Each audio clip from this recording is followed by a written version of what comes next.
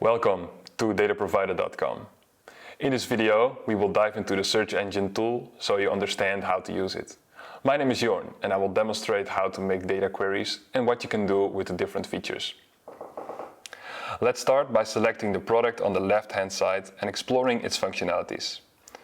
The upper section of the interface is to narrow down your query, so you can find the specific information you are looking for.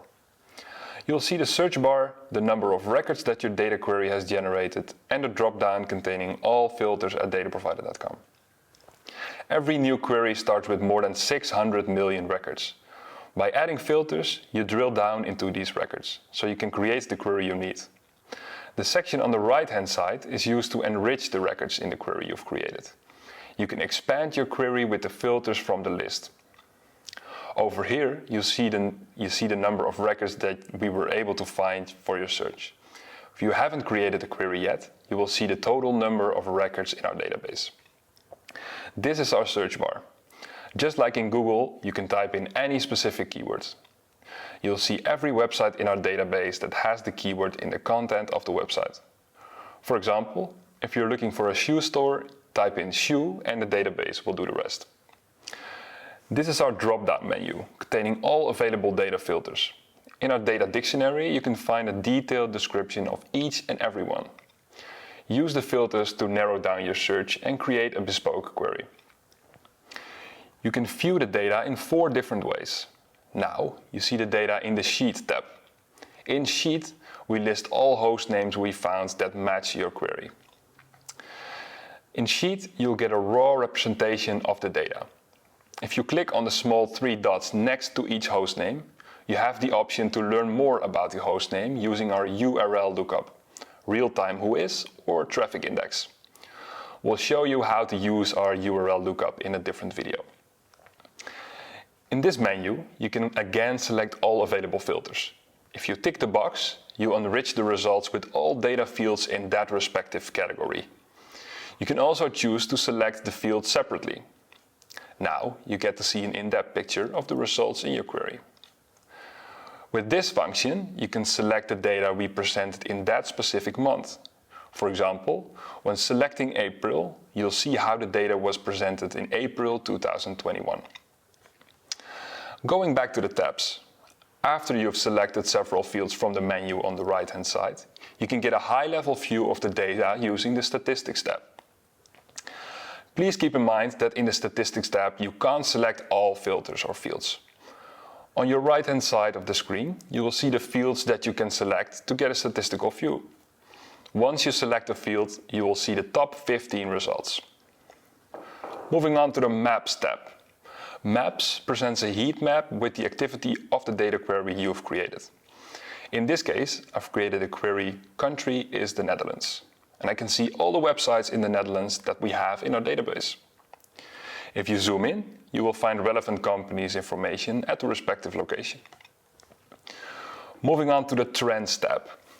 Dataprovider.com is a search engine that indexes all websites on the internet every month. That's why we can track changes made to a website over time. For example, in Trends, you can get a complete picture of where a market is heading to. You can select countries, industries, continents, and more. Now let's get back to the Sheet tab. There are endless ways to use the search bar and filters to build the right data query. Knowing what the filters can do is a good start. In our data dictionary, you will find a description of each and every filter. In order to understand how to build a query, you need to first understand which filters might be relevant to you. Here are a few examples. Let's try finding all European Shopify websites that ship with DHL and sell shoes. First, we use the search bar to find the websites that have something to do with shoes. So we type in the keyword shoe. Now you see the total number of records has dropped and only the websites that have shoe in their content remain. Then let's use the right filters to find what we're looking for. We're searching for all European websites, so we'll select the filter Continent is Europe.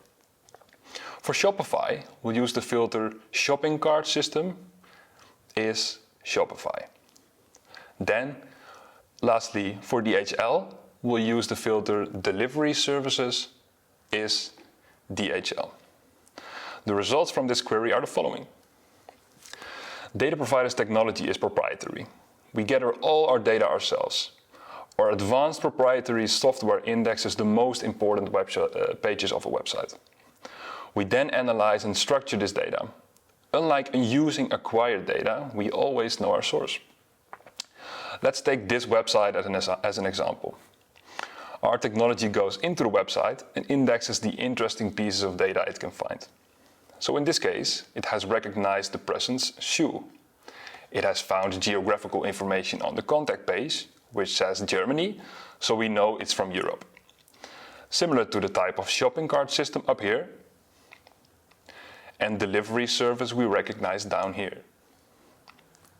Let's take another example.